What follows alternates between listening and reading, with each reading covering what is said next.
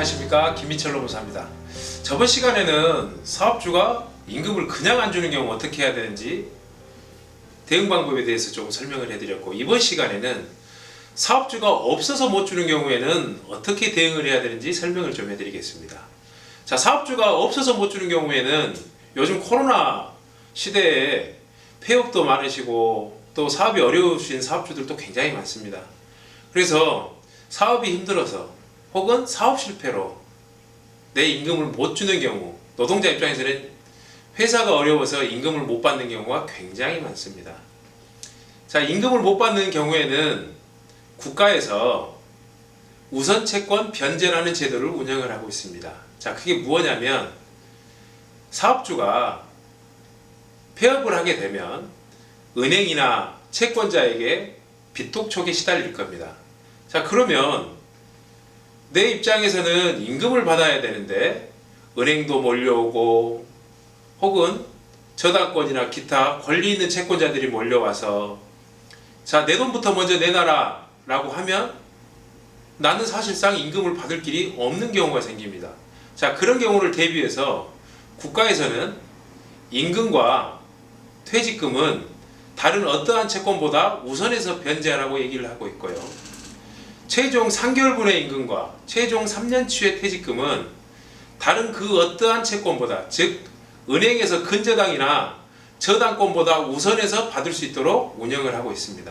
그래서 이 경우에는 법원에 민사소송을 제기를 해서 3개월의 임금과 3개월의 퇴직금을 우선 변제받는 방법이 있습니다. 자, 반면 법원까지 가면 너무 어려우니까 노동부에서는 최해당금이라는 별도의 제도를 운영을 하고 있습니다.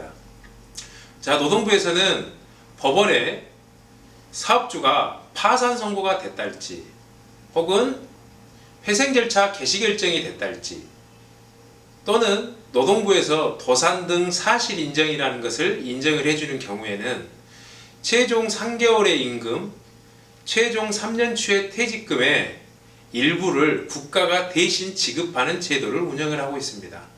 자, 여기에서 중요한 것은 나이에 따라서 상한 액수가 다 틀리니 본인의 나이에 맞는 상한 액수를 확인해 보시기 바랍니다. 자, 그리고 일반 최당금 이외에 더 간소한 절차가 필요하다는 노동자의 요구에 따라서 이번에 새로 도입하게 된 최당금 제도가 하나 더 있습니다. 이걸 소액 최당금이라고 합니다.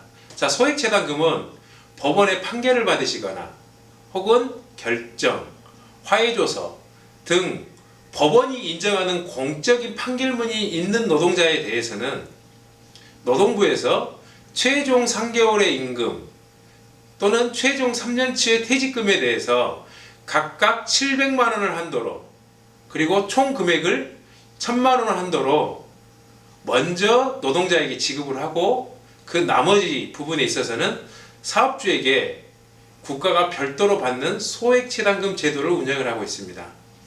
지금 일반 최당금하고 소액 최당금 두 제도 중에 일반 최당금을 이용하시는 노동자분들이 80% 이상인 걸로 알고 있고요. 대부분의 노동자들이 일반 최당금보다 소액 최당금을 선호하십니다.